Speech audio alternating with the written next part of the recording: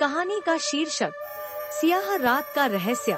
गुमशुदा दरवाजा और आईने की चीख। रात की गहरी खामोशी में वह आईना जिसमें सदियों के राज कैद थे, एक ऐसी चीख से गूंज उठा जो वक्त के पर्दे चीरकर एक ऐसी हकीकत सामने लाई जो रूहों को भी थरथरा देने वाली थी।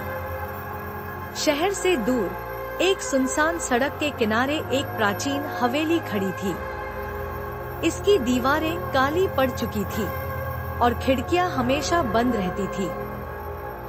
स्थानीय लोग इसे जिन्नों का घर कहते थे और इसके पास जाने से भी डरते थे। इमरान, एक युवा पत्रकार, उन कहानियों से प्रभावित होकर इस हवेली का रहस्य जानने के लिए निकला। उसके साथ उसका दोस्त अली भी था। वे दोनों रात के अंधेरे में हवेली के दरवाजे पर पहुँचे। दरवाजा खुद ब खुद खुल गया, जैसे कोई उनका इंतजार कर रहा हो। अंदर दाखिल होते ही उन्हें एक ठंडी हवा का झोंका महसूस हुआ और एक अजीब सी बदबू उनकी नाक में भर गई।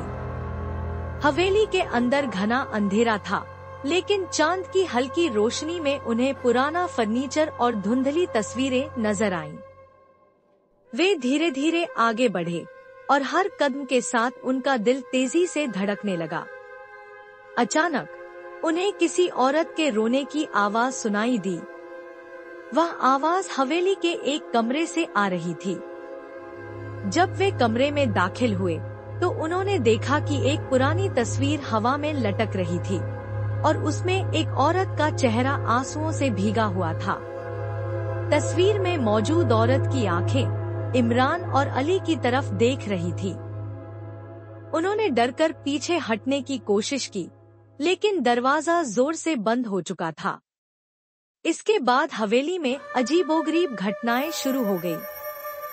दीवारों पर खून के निशान उभरने लगे और फर्नीचर अपने आप हिलने लगा। इमरान और अली ने वहां से भागने की कोशिश की, मगर ऐसा लगा जैसे वे हवेली के अंदर फंस चुके थे। डरते डरते वे हवेली के तहखाने में पहुंचे, जहां उन्हें कुछ पुरानी किताबें मिली।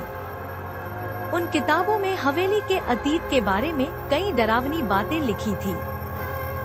उन किताबों को पढ़ने के बाद उन्हें पता चला कि इस हवेली में कभी एक क्रूर व्यक्ति रहता था जो मासूम लोगों पर अत्याचार करता था।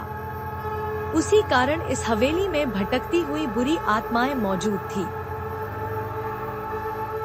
संदूक के अंदर एक चमकता हुआ पत्थर था, जिसमें हवेली की सारी आत्माओं की शक्ति कैद थी।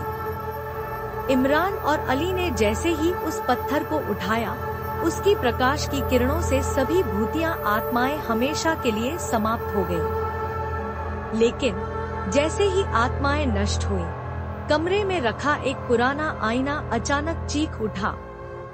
उस आईने में एक रहस्यमयी छवि उभर आई, जो इस हवेली के असली राज को उजागर कर रही थी। उस छवि में वह निर्दयी व्यक्ति एक प्राचीन मंत्र पढ़ रहा था, जिससे उसने अपनी आत्मा को एक आईने में कैद कर लिया था। यह आत्मा अब भी हवेली में भटक रही थी और बाकी आत्माओं से कहीं ज्यादा शक्तिशाली थी। आईने से निकलने वाली ऊर्जा ने इमरान और अली को अपनी पकड़ में ले लिया। उन्हें समझ आ चुका था कि अब उन्हें इस आत्मा को भी समाप्त करना होगा। उन्होंने किताबों में लिखे एक और मंत्र की मदद से आईने को तोड़ने की कोशिश की, लेकिन आईना बहुत शक्तिशाली था और मंत्र को असरहीन कर रहा था। आखिरकार उन्होंने फैसला किया कि उन्हें इस आईने को वहीं वापस रखना होगा जहां से यह मिला था। उन्हें विश्वास था कि ऐसा करने से आईने की शक्ति कमजोर हो जाएगी। वे आईने को हवेली के तहखाने में एक गुप्त कक्ष में ले गए, जहां यह पहली बार मिला था। जैसे ही आईना अपनी जगह पर पहुंचा, उसकी शक्ति कमजोर पड़ने लगी। उन्होंने किताबों में लिखा आखिरी मंत्र पढ़ा और आईना हमेशा के लिए चकनाचूर हो गया। इसके साथ ही हवेली से सभी बुरी आत्माएं और अंधी शक्तियां हमेशा के लिए समाप्त हो गईं। कहानी का अंत।